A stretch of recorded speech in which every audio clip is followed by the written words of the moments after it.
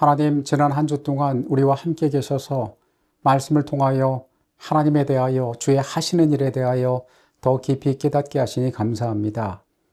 이 시간 지난 한 주 동안의 말씀들을 다시 살펴보고 하나님께서 내 삶에 어떠한 분이 되시는지를 새롭게 발견하기를 원합니다. 주님, 오늘도 우리 가운데 같이 계셔서 친절히 말씀을 깨닫게 하여 주시옵소서. 예수 그리스도 이름으로 기도합니다. 아멘. 우리가 이번 한 주 동안 이 오과의 교과를 살피면서 하나님의 말씀을 대할 때에 이 말씀의 문맥과 그 배경을 아는 것이 얼마나 중요한지를 다시 한번 깨닫게 되었습니다. 왜 그 일이 일어났으며 하나님께서 왜 이것을 허락하셨는지 우리는 이스라엘의 전쟁 가운데 발견하게 되었습니다. 하나님의 말씀을 오해하지 않는다면 하나님의 계획을 우리가 발견할 수 있습니다. 교과를 시작하면서 저는 여호수아서에서 제가 느꼈던 고민에 대하여 말씀드린 적이 있습니다. 우리가 성경의 내용에 의문을 가질 때에 이것이 우리에게 위험한 이유는 무엇인가 하면 하나님에 대한 의심으로 옮겨질 수 있기 때문에 그렇습니다. 우리의 눈에 보여지는 내가 이해하는 것만으로 하나님에 대해서 판단해 버리기 때문에 그렇습니다. 그러나 우리가 말씀을 자세히 살펴야 하는데 그분의 품성을 오해하지 않아야 하기 때문입니다. 이 말씀 가운데에서 하나님께서 정말 의도하신 것이 무엇인지 우리가 정확히 깨달아야 하기 때문에 그렇습니다. 하나님께서 그 땅의 백성들에게 이러한 전쟁을 행하신 가장 중요한 이유들을 이번 주에 우리는 살펴보았습니다. 먼저 그 땅의 백성들이 심판받은 중요한 이유는 가나안 사람들의 죄악 때문이었습니다. 그 땅의 거민들은 도덕적, 영적으로 형편없는 처지에 처해 있었습니다.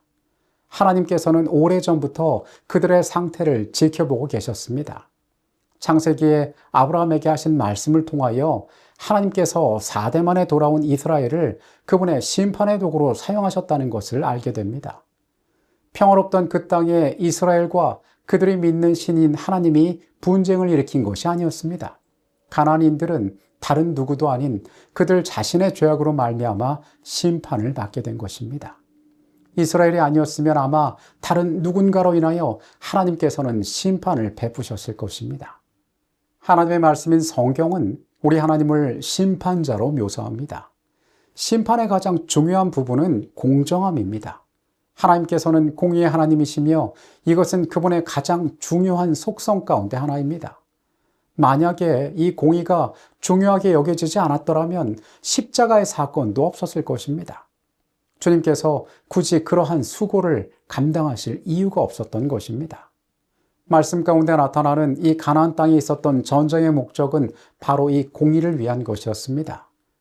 인간처럼 악한 목적과 굽어진 판단으로 이 전쟁을 수행한 것이 아니라 하나님께서는 악을 방치하지 않으시고 그것을 판단하고 벌하셨던 것입니다. 우리는 또한 성경의 말씀들을 통하여 하나님께서 처음부터 그 땅의 사람들을 멸하도록 지시하지 않았다는 사실을 깨닫게 됩니다. 하나님께서 파괴하고 멸하기를 원하셨던 것은 그 땅의 사람들이 섬기는 문화, 즉 우상에 관한 것이었습니다.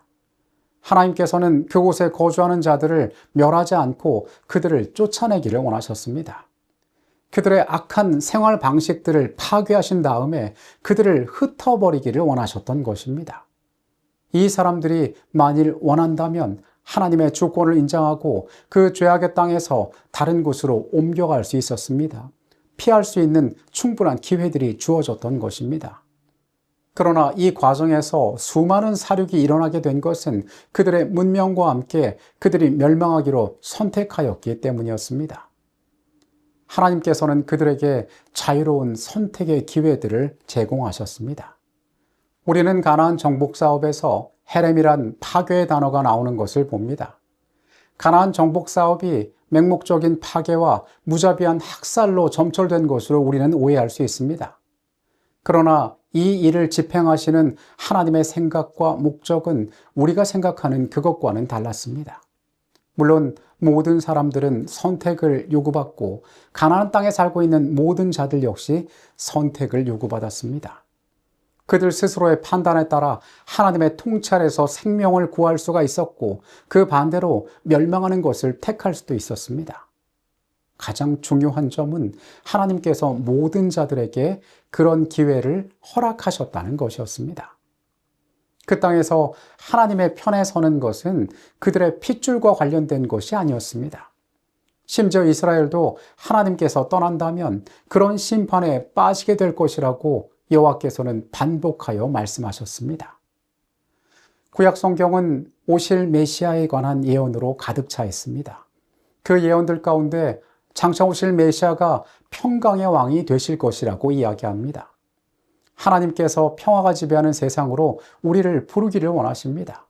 그분께서 악과 싸우시는 이유는 진정한 평화를 이룩하기 위함이시기 때문입니다.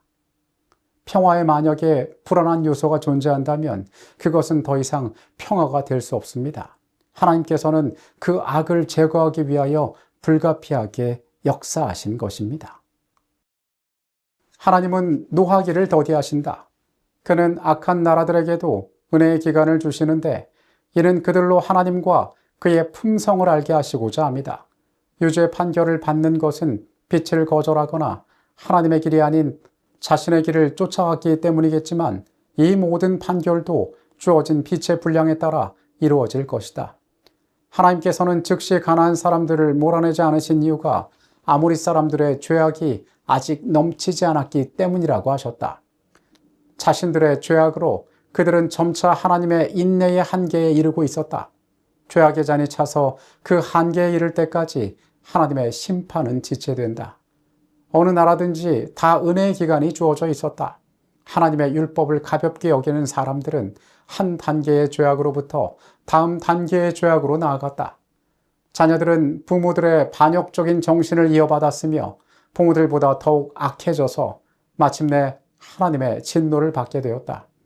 징벌이 연기되었다고 해서 결코 가벼워지는 것은 아니었다. 여러분, 한 주일 동안의 이 말씀을 통해서 우리는 하나님께서 왜 이 전쟁을 수행하셨으며 그분의 품성은 어떤 것인지를 발견하게 되었습니다. 말씀에 대한 오해를 내려놓게 되기를 바랍니다. 그 하나님께서 이 일들 가운데 우리에게 궁극적으로 보여주기를 원하시는 것이 무엇인지를 깨닫게 되시기를 바랍니다. 그분은 공의로운 하나님이시고 모든 사람들에게 구원을 얻을 만한 은혜의 시간과 기회들을 허락하셨습니다. 그리고 이 기회에는 이스라엘과 이방인 그 누구도 예외가 없었습니다. 판단은 그들에게 달려있던 것입니다. 심지어 이스라엘도 그들이 하나님에게서 떠난다면 심판에 빠질 수밖에 없었습니다. 이것은 오늘날 우리에게도 엄숙한 진리로 다가옵니다. 우리의 삶에 베푸신 수많은 은혜들 가운데 우리가 때로 하나님의 도구로 사용될 수도 있지만 우리는 가장 겸손한 마음으로 그분의 경고에 귀를 기울여야 할 것입니다. 오늘 그분을 선택함으로 하나님의 참다운 은혜 가운데 그분의 평화의 왕국 가운데 거하기를 바라면서 모든 시간의 말씀을 마치겠습니다. 주님, 우리의 삶을 향하신 하나님의 선한 계획을 우리가 깨달아 알게 하여 주시옵소서. 주님께서 주님의 진노로 싸우시는 이유는 악을 멸하고 이 땅에 평화를 가져오시기 위함임을 기억하게 하여 주시옵소서. 죄악을 두고 볼 수 없는 주의 백성을 염려하시는 주님의 사랑을 이 가운데 우리가 발견하게 하여 주시옵소서. 우리가 말씀을 오해하지 않게 하여 주시옵소서. 십자가 위에 놀라운 구원이 세상 모두를 위하여 주어졌음을 우리가 깨닫게 하여 주시옵소서. 가장 겸손하게 주를 따르고 가장 두려운 마음으로 공의로운 하나님 앞에 서도록 우리의 생애 가운데 함께하여 주시옵소서. 한 주일의 모든 시간 가운데 같이 계셨음에 감사드립니다. 예수 그리스도 이름으로 기도합니다. 아멘.